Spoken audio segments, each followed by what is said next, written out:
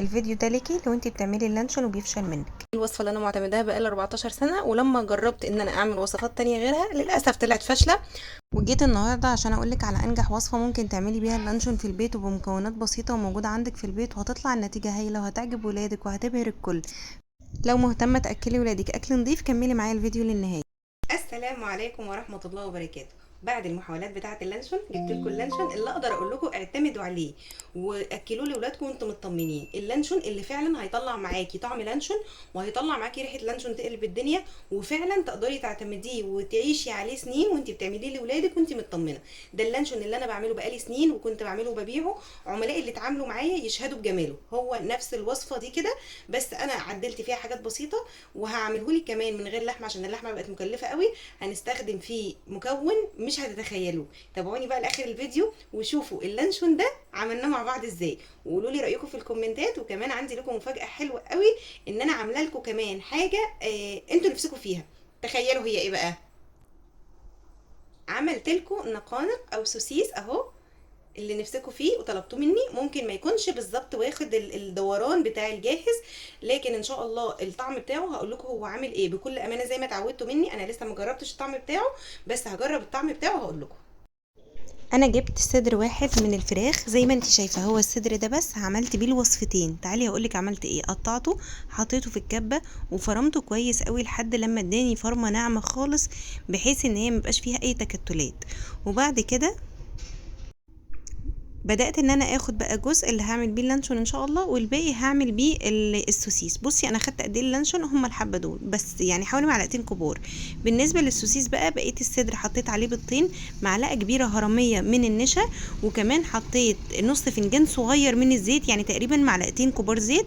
والتوابل اللي انا كاتباها لك ديت ملح وفلفل وبابريكا وتوم باودر وحبهان مطحون ومرقه لحم، وحطيت نقطتين من اللون الاحمر الجل الغذائي، وضربت كويس قوي مع بعض لحد لما يديني القوام الناعم ده. زي ما انت شايفه لازم القوام يبقى ناعم جدا عشان مبقاش عندي اي تكتلات خالص وانا بشتغل. الخليط بتاعي ده انا خدته وغطيته ودخلته التلاجة، بس حسيته ناقص سيكه كده في اللون فزودت نقطتين لون كمان وقلبتهم.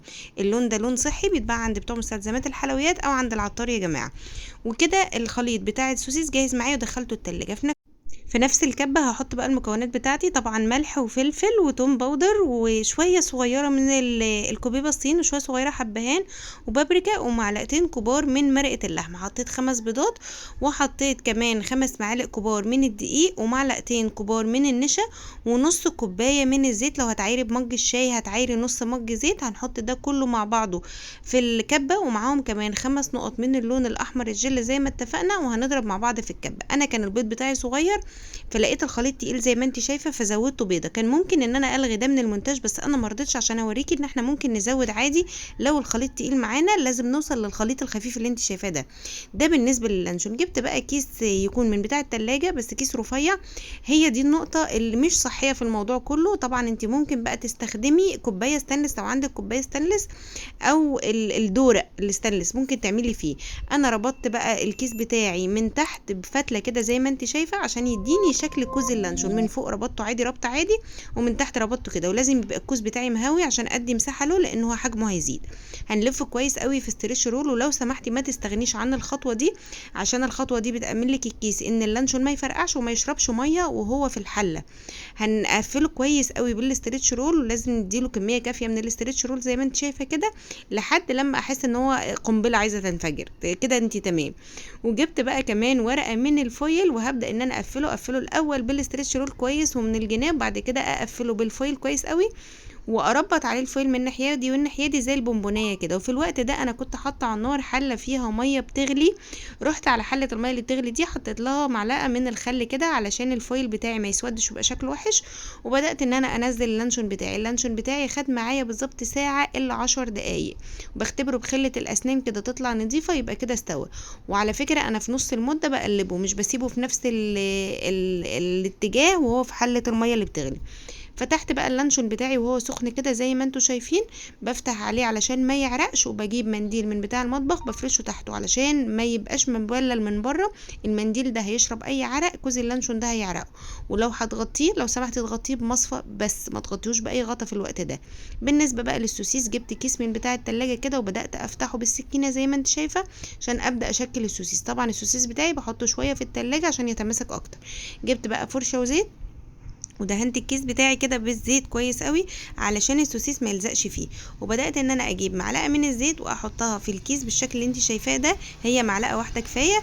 وهبدا ان انا المه بالشكل اللي انت شايفاه ده. وبالسكرابر بتاع الكيك بدات ان انا اعمل كده. طب لو ما عندكيش السكرابر بالمسطره بتاعه الولاد مفيش اي مشكله، هاتي مسطره العيال وتعالي ولا هتقول لنا لا. وابدا ان انا اشكل السوسيس بالشكل اللي انت شايفاه ده كده. انا عملت الخطوه دي طبعا بعد ما كان اللانشون استوى، علشان انا هسويه فوق حله الميه اللي انا كنت بسوي فيها اللانشون. وده شكل صباع السوسيس بتاعي اهوت بعد ما شكلته.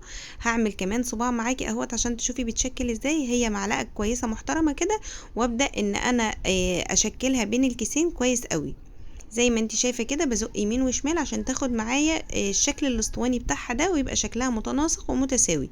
الموضوع سهل وبسيط، بس لازم تكوني دهنه كيس زيت علشان ما يلزقش معاكي. وحطيته على صينيه ستانلس زي ما انت شايفه او اي صينيه المونيا عندك، ورحت على نفس الحله اللي كنت بسوي فيها اللانشون وحطيته عليها كده من فوق، والميه بتغلي تحت. ولازم اسيب الغطا موارب كده شويه صغيرين. بعد 10 دقايق قلبته على الناحيه التانية كده زي ما انت شايفه. اخد معايا كمان 5 دقايق وبس كده.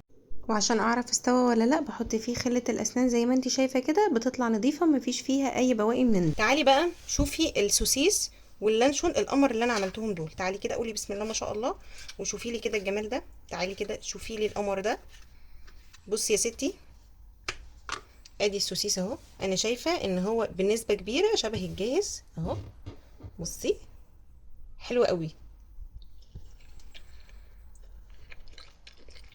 طعمه تحفه تحفه تحفه يا جماعه. انتوا عارفين ان انا مش بقول كلام وخلاص، والحاجه الوحشه بقول وحشه. طعمه حلو قوي قوي قوي بجد والله، طعمه جميل، اعتمدوه، حاجه كده روعه. تعالوا بقى نشوف اللانشون. اللانشون انا عارفه طعمه، اللانشون انا بعمله من سنين وعارفه طعمه، وكان احساسي ان كمان السوسيس هيطلع حلو. بس يلا بينا نشوف. بصي عشان تقطعي اللانشون حلو صغري الكوز بتاعك عشان تقدري تتحكمي فيه. اولا شوفي لي كده كوز من جوه، صغرناه كده. هنبدا بقى نعمل ايه؟ نقطعه كده بالنص بشكل طولي كده. ده بيخليكي تقدري تتحكمي في الكوز وتقطعيه بشكل اسهل. بصي بقى التقطيع كده بقى بمنتهى السهوله اهو. ليه؟ عشان بقى صغير في ايدك فبقيتي قادره تتحكمي فيه. بقى الموضوع سهل. يعني ما تأيديش نفسك ان انت لازم تعمليه مدور زي اللي بيجي من بره. اللي بيجي من بره بيقطعوه على مكن فبيبقى تقطيعه اسهل. انت بقى اعمليه في البيت كده. اتفرجي بقى كده وقولي لي ايه رايك. قولي لي بجد يعني ايه الجمال ده. نيجي بقى للحظه الحاسمه اللي هندوق فيها اللانشون اللي انا عارفه طعمه اصلا يا جماعه ومعتمداه بقالي حوالي 13 او 14 سنه، بس برضه هقول لكم رايي.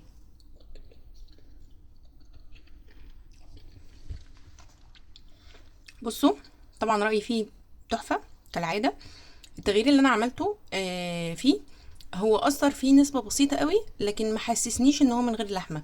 يعني عادي شغال زي الفل. طبعا باللحمه بيبقى فيه تيست كده اعلى شويه، لكن ده بالنسبه لي برضو ممتاز. لو انا عايزه اوفر شويه فهو ممتاز وحلو جدا جدا جدا، ومش هيحسس ولادي ان هو من غير لحمه. لو اللحمه متوفره يبقى اعمليه باللحمه خير وبركه. طبعا انا بحط على ايدي وبتعامل عادي. اولا انا غاسله ايدي، يعني انا غاسله ايدي بالميه والصابون قبل ما اجي اقطع. بعد يعني انا صورت الاول الفيديو الافتتاحي ورحت صورت ايدي غسلت ايدي ورجعت تاني، فانا بغسل ايدي باستمرار. ثانيا انا بعمل لاولادي فما عنديش اي مشكله، كده كده ولادي بياكلوا من ايدي فسهله. بصي يا ستي بقى جمال اللانشون بتاعي. اتفرجي بقى، اتفرجي على الجمال، اتفرجي. ولو انت عايزه تعملي تقطيع على فكره ارفع هتقدري تعملي تقطيع ارفع بكل سهوله. يعني انا ممكن اعمل لك ارفع من كده سهله، بس انا مش برفعه قوي. يعني انا موضوع التقطيع الرفيعه ده الحمد لله بعرف اعملها، لكن لما ببقى عامله للبيت عندي مش برفعه قوي. يعني بصي اهو، انا لو عايزاه رفيع اهو. اتفرجي بقى وقولي لي بقى، قولي لي ايه الجمال ده.